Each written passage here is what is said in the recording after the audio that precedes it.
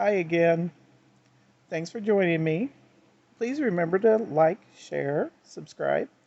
I got kind of a new look going to kind of shake things up a bit.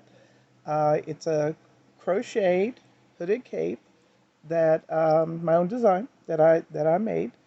Something else that I do. Um, I was going to share today a short story that I wrote back in January 2021. I've shared it on some of my social media.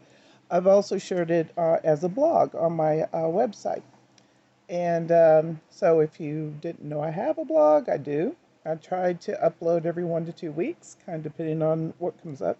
And I thought I'd go ahead and see if I can read it, kind of practicing on doing some narration.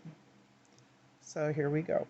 Oh, I wrote this short story because I was trying to decide which of the stories that I wanted to write with my limited time. I had finished with the project and I was trying to figure out where I was going to go. And this is imaginary situation where my characters were trying to get my attention. So I'd work on their story or just trying to influence me forward into writing.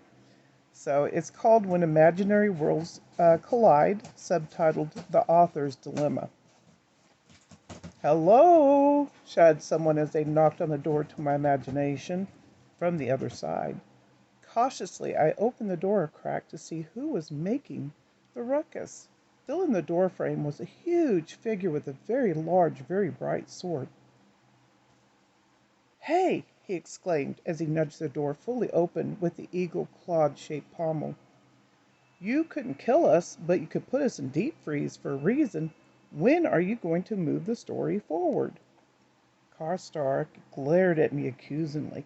Remember, you said there was another trilogy to tell the rest of the story. Before I could open my mouth, Karstark was shoved aside by another man. He was also large, but not as big as the prince. Hey, Grant shouted. What about these royals you left in my basement? Aren't they dangerous? How are you going to fix this? Costar shoved Grant behind him to ask, What about the baby, huh? What about the baby you almost rode out because you thought it was a rabbit trail? Hey, I shouted at them, finally getting their attention. Quit shoving each other. I didn't write you two with that attitude. Straighten up. Costar hung his head. Sorry. Grant poked his head under Costar's arm. I'm sorry, too. But what baby? He looked up at Costar, then at me. The baby! Costar exclaimed as he moved over to let Grant stand in the doorway with him. Then he glanced over at him and said, Oh, by the way, there's a baby in your story, too. Grant's eyes grew large as he stepped back out of the doorway. Costar turned to watch him as the other character turned to look at Charlotte, who was talking with Eileen in the background. I stared at Costar, trying to figure out how he knew. Then I glanced at Eileen. Of course, I thought in frustration. That's how I'd written this couple with their combination of abilities. I saw Grant get Charlotte's attention and ask about a baby. She looked at him with wide eyes, shook her head. Then she looked at me with her eyebrows raised. I smiled. I wasn't going to give up any plot points away, even to my characters. Before I could open my mouth to answer, a voice came from farther away, from the depths of my imaginary worlds. It was as if it was broadcasted electronically. Excuse us, the voice said. We would like to know if our story will continue. Both men looked behind them for the origin of the voice. And who are you? Grant asked. Sally and Sally, came the answer. I sighed heavily as I looked at the ground, shaking my head. It was supposed to be a one-novel story, but yes, I had thought of threads I could pull to weave more stories and expand that world. Costar looked at Grant, then at me as I looked up. He asked with wide eyes, Are you doing split personality stories? I shook my head and was going to explain when two black and white cats bounded through the door and rubbed against my legs. When they started meowing at me insistently, I knew what they wanted, but the men didn't. Hey, what do they want? Costar asked as he looked like he was going to shoo them away. I started to say when Grant reached down to pick them up to put them out. I wouldn't upset them, but it was too late. One hissed and the other snarled. Both men started laughing, then coughing and crying as the stench hit them. Quickly, they backed away from the doorway and left. Both cats continued to purr and rub my legs. Waving my hand in front of my face to get some fresh air, I looked down at them. I have another story for the two of you. Maybe it will be published if anyone else wants to see it. That seemed to appease them as they bounded out the door. Gazing through the doorway, I saw a patchwork of landscapes from each of the worlds I built. There was a whole crowd of characters out there. Some of them were listening to Grant and Costar as they related how great it was to be told in a story, but how much better it was when the story was read and enjoyed by people. As I studied the characters, I saw several that were translucent, those that were not fleshed out yet, just ideas, like the pale woman in the cloak made of raven feathers, carrying the raven bow. I saw the man next to her and smiled, glad that they had already met, even though their story hadn't been written yet. Then I saw a group of people, ageless and wearing modern clothes, but carrying ancient short swords. The Dureldi, I whispered.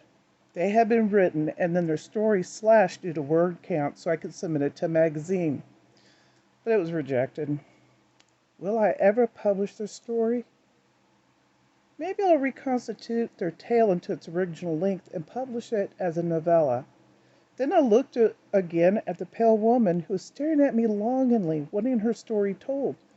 Maybe a collection of novellas, I thought. Then another woman waved at me. I stared at her momentarily confused as her appearance shifted from a young fit woman into a pudgy middle-aged woman, then back again. Ah, I smiled at her. Her story had been written and was waiting.